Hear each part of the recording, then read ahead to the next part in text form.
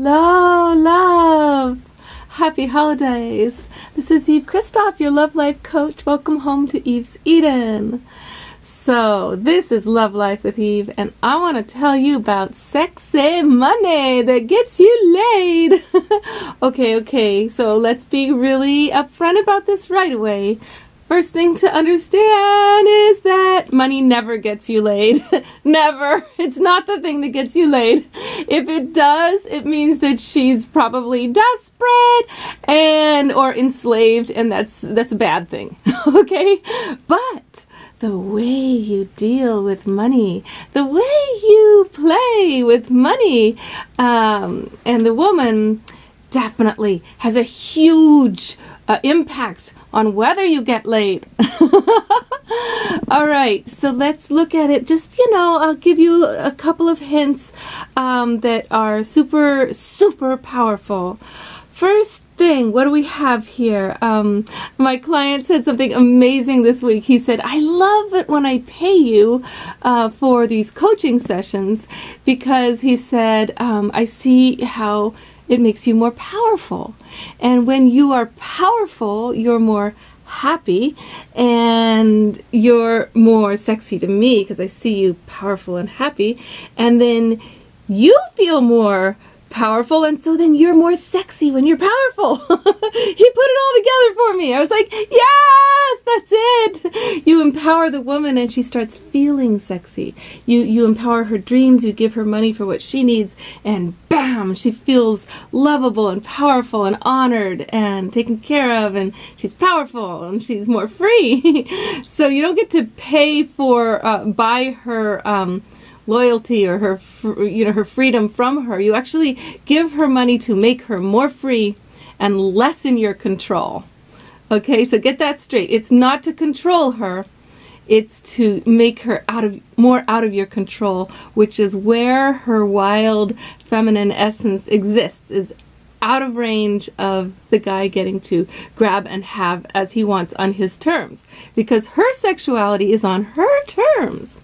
Okay, so now the other thing is, here's really important. If you are hiring a woman for services of any kind, do not talk her down. Instead of talking her down to half her price, like men are always trying to do to me, tip her. Yeah, that's sexy. That is so powerful. I mean, think of it. When you do your job, do women say to you, oh, well, I'll only have your services if you do twice as much hours for half the pay? People say that to me all the time. Do they think it's sexy? No, it's just because I'm a woman. They figure they can. I'm less valuable. Make her feel valuable, okay? So instead of talking her down, say, wow, what a deal for such amazing services, and I'm going to tip you, or I'm going to give you a gift, or, okay, I'm going to make it more. That's really sexy. Okay, so now, so say you're in a relationship with a woman, and there's bills to pay, and she's wanting various things, a vacation or whatever. Do not overspend, okay? If you overspend to make her happy and impress her and secretly endanger her and the family, that is not sexy. She will be so mad at you later on because she wants you to be protecting her, okay? She wants to know that you're a provider who's thinking of safety above pleasure. But on the other hand, guys especially, can go way overboard with that, where they clamp down on the joy. And think of all the small things that make a huge difference, that bring the quality of life up, like the candles that bring beauty that she loves, the incense she loves, the fresh flowers that she would love, things that aren't too expensive but that she's wanting. Be sure you say yes to the little things, and know when to expand into an adventure that she feels is super important for your life and your connection together. She's probably right. It'll probably save your relationship and be worth all the money in the world, because you won't have to buy therapists time. Okay, now let's say you don't have much money at all. Let's say you're just a poor person and you want to impress the woman. Okay, so allow yourself to create, in this case, more than what money would buy for the woman.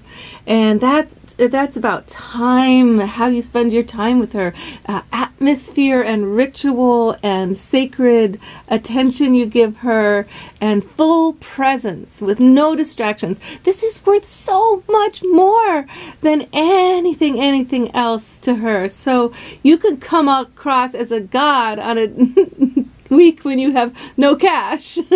Don't have to tell her that. Just tell her you're bringing her into nature. You're making her a special dinner you've always wanted to make her. Okay. Now, here's another thing that happens. What if you're living together and you're making more money? Let her control the money. Okay, the budget for the money. If you can do this, this huge disaster happens between married couples when the man is providing and he doesn't allow her to feel provided for, because he robs her of freedom. He robs her of her own ability to make choices. And remember, whoever's in the home taking care of food and the beauty, and especially if there's kids involved, that person knows everything that's going on. And that includes if you're the man who's a stay-at-home dad, you would be the one who should control all the money.